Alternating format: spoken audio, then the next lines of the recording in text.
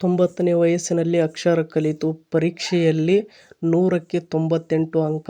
ಕೇರಳದ ಮಾದರಿ ಮಹಿಳೆ ಸ್ಫೂರ್ತಿದಾಯಕ ಕಥೆ. ಈ ವಿಡಿಯೋದಲ್ಲಿ ಇವರ ಬಗ್ಗೆ ಸಂಪೂರ್ಣವಾಗಿ ತಿಳಿದುಕೊಳ್ಳೋಣ. ಮಿಸ್ ಮಾಡದೆ ಈ ವಿಡಿಯೋವನ್ನು ನೋಡಿ ಮತ್ತು ನಿಮಗೆ ಯಾವ ಉದ್ಯೋಗದ ಬಗ್ಗೆ ಮಾಹಿತಿ ಬೇಕು ಎಂಬುದನ್ನು ಕಮೆಂಟ್ ಬಾಕ್ಸ್ನಲ್ಲಿ ತಿಳಿಸಿ. ಹಾಗೆ ಈ ವಿಡಿಯೋ ಇಷ್ಟವಾದರೆ ಸಬ್ಸ್ಕ್ರೈಬ್ ಮಾಡಿ.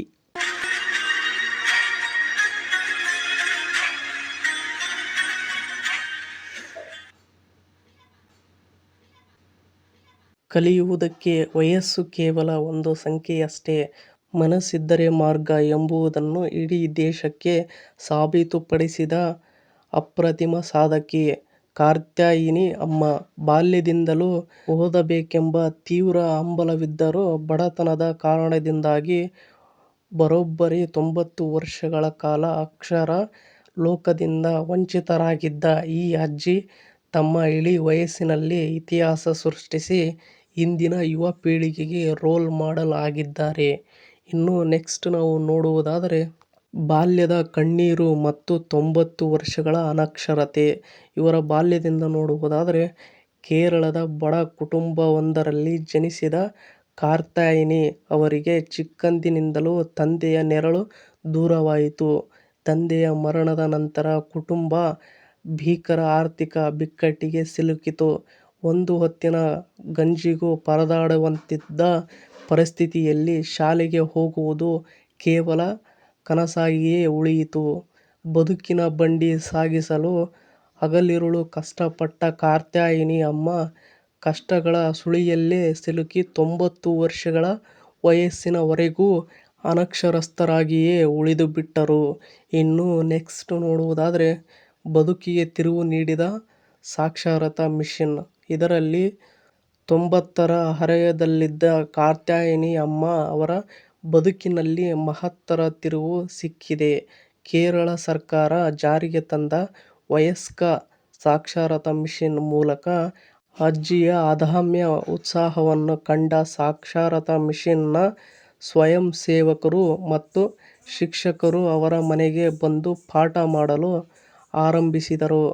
ಹರಿಪಾಡ್ನಲ್ಲಿರುವ ತಮ್ಮ ಪುಟ್ಟ ಮನೆಯಲ್ಲಿ ಕೂತು ಕಾತ್ಯಾಯಿನಿ ಅಮ್ಮ ದಿನವೂ ಶ್ರದ್ಧೆಯಿಂದ ಓದುವುದು, ಬರೆಯುವುದು ಮತ್ತು ಗಣಿತದ ಲೆಕ್ಕಗಳನ್ನು ಕಲಿಯುವುದರಲ್ಲಿ ಮುಳುಗಿ ಹೋಗುತ್ತಿದ್ದರು.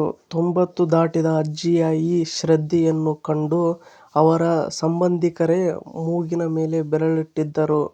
ತರಗತಿಗಳಿಗೆ ಒಂದು ದಿನ ರಜೆ ಹಾಕದ ಅವರ ಶಿಸ್ತು 19 ವರ್ಷದ ಕಾಲೇಜು ವಿದ್ಯಾರ್ಥಿಯನ್ನು ನಾಚಿಸುವಂತಿತ್ತು. ಇನ್ನು ನೆಕ್ಸ್ಟ್ ನಾವು ನೋಡುವುದಾದರೆ ಪರೀಕ್ಷೆಯಲ್ಲಿ 100ಕ್ಕೆ 98 ಅಂಕ. ದೇಶಾದ್ಯಂತ ಹರಿದ ಪ್ರಶಂಸೆಯ ಮಹಾಪೂರ. ಇದರಲ್ಲಿ ಕಾತ್ಯಾಯಿನಿ ಅಮ್ಮ ಅವರ ಸಾಧನೆ ಕೇವಲ ಓದು ಬರಹ ಕಲಿಯುವುದಕ್ಕಷ್ಟೇ ಸೀಮಿತವಾಗಲಿಲ್ಲ. ಕೇರಳ ರಾಜ್ಯ ಸಾಕ್ಷರತಾ ಮಿಷನ್ ನಡೆಸಿದ ಅಂತಿಮ ಪರೀಕ್ಷೆಯಲ್ಲಿ ಅವರು 100ಕ್ಕೆ 98 ಅಂಕಗಳನ್ನು ಗಳಿಸುವ ಮೂಲಕ ದೇಶಾದ್ಯಂತ ಹೊಸ ದಾಖಲೆ ಬರೆದರು. ಈ ವಿಸ್ಮಯಕಾರಿ ಫಲಿತಾಂಶ ಹೊರಬೀಳುತ್ತಿದ್ದಂತೆ ದೇಶದ ರಾಜಕಾರಣಿಗಳು, ಶಿಕ್ಷಣ ತಜ್ಞರು ಮತ್ತು ಗಣ್ಯರಿಂದ ಪ್ರಶಂಸೆಯ ಮಹಾಪೂರವೇ ಹರಿದು ಬಂದಿತು. ಮುಖ್ಯಮಂತ್ರಿ ಪಿಣರಾಯಿ ವಿಜಯನ್ ಅವರು ಕಾತ್ಯಾಯಿನಿ ಅಮ್ಮ ಅವರನ್ನು ವೈಯಕ್ತಿಕವಾಗಿ ಭೇಟಿಯಾಗಿ ಅಭಿನಂದಿಸಿದ್ದಲ್ಲದೆ ಇಂದಿನ ಇಡೀ ಸಮಾಜಕ್ಕೆ ಇವರೇ ನಿಜವಾದ ಸ್ಫೂರ್ತಿ ಎಂದು ಕೊಂಡಾಡಿದರು.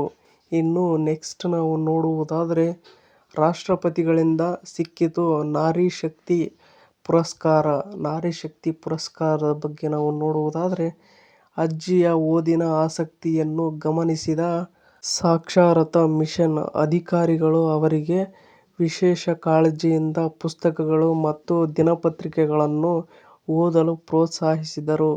ಇವರ ಈ ಅದ್ವಿತೀಯ ಸಾಧನೆಗಾಗಿ ಭಾರತ ಸರ್ಕಾರದ ಅತ್ಯುನ್ನತ ನಾರಿ ಶಕ್ತಿ ಪುರಸ್ಕಾರ ಪ್ರಶಸ್ತಿಯನ್ನು ನೀಡಿ ಗೌರವಿಸಲಾಯಿತು. ಇನ್ನು ಪಠ್ಯ ಪುಸ್ತಕದಲ್ಲಿ ಸೇರಿದ ಅಕ್ಷರ ಯೋಗಿಯ ಪಾಠ.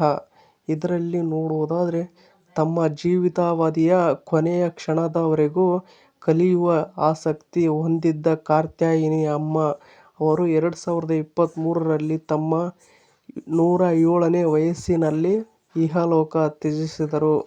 ಅವರು ಇಂದು ದೈಹಿಕವಾಗಿ ನಮ್ಮೊಂದಿಗಿಲ್ಲದಿದ್ದರೂ ಅವರ ಜೀವನದ ಈ ರೋಚಕ ಯಶೋಗಾಥೆಯನ್ನು ಕೇರಳದ ವಯಸ್ಕ ಸಾಕ್ಷರತಾ ಮಿಷನ್ ಕಾರ್ಯಕ್ರಮಗಳಲ್ಲಿ ಇಂದು ಒಂದು ವಿಶೇಷ ಪಾಠವಾಗಿ ಅಳವಡಿಸಲಾಗಿದೆ.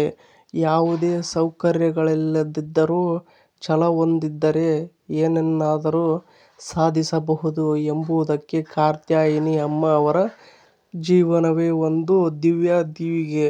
ಇನ್ನು ಇದೇ ತರಹದ ಶಿಕ್ಷಣಕ್ಕೆ ಸಂಬಂಧಿಸಿದ ಸುದ್ದಿಗಳನ್ನು ಓದಲು ನಿಮ್ಮ ಜಾಬ್ಸ್ ಅಂಡ್ ಎಜುಕೇಷನ್ ಅಪ್ಡೇಟ್ ಚಾನಲ್ಗೆ ಸಬ್ಸ್ಕ್ರೈಬ್ ಆಗಿ. ಈ ವಿಡಿಯೋ ನೋಡುತ್ತಿರುವವರು ಇನ್ನೂ ಯಾರು ಸಬ್ಸ್ಕ್ರೈಬ್ ಆಗಿಲ್ವೋ ಪ್ಲೀಸ್ ಎಲ್ಲರೂ ಸಬ್ಸ್ಕ್ರೈಬ್ ಆಗಿ ಮತ್ತು ಈ ಅಪ್ಡೇಟ್ ಬಗ್ಗೆ ನಿಮ್ಮ ಅಭಿಪ್ರಾಯ ಏನೆಂದು ಕಮೆಂಟ್ ಬಾಕ್ಸ್ನಲ್ಲಿ ತಿಳಿಸಿ. ಹಾಗೆ ಈ ವಿಡಿಯೋ ಇಷ್ಟವಾದರೆ ಸಬ್ಸ್ಕ್ರೈಬ್ ಮಾಡಿ, ಸಪೋರ್ಟ್ ಮಾಡಿ. Thank you for watching friends. ಎಲ್ರಿಗೂ ಧನ್ಯವಾದಗಳು.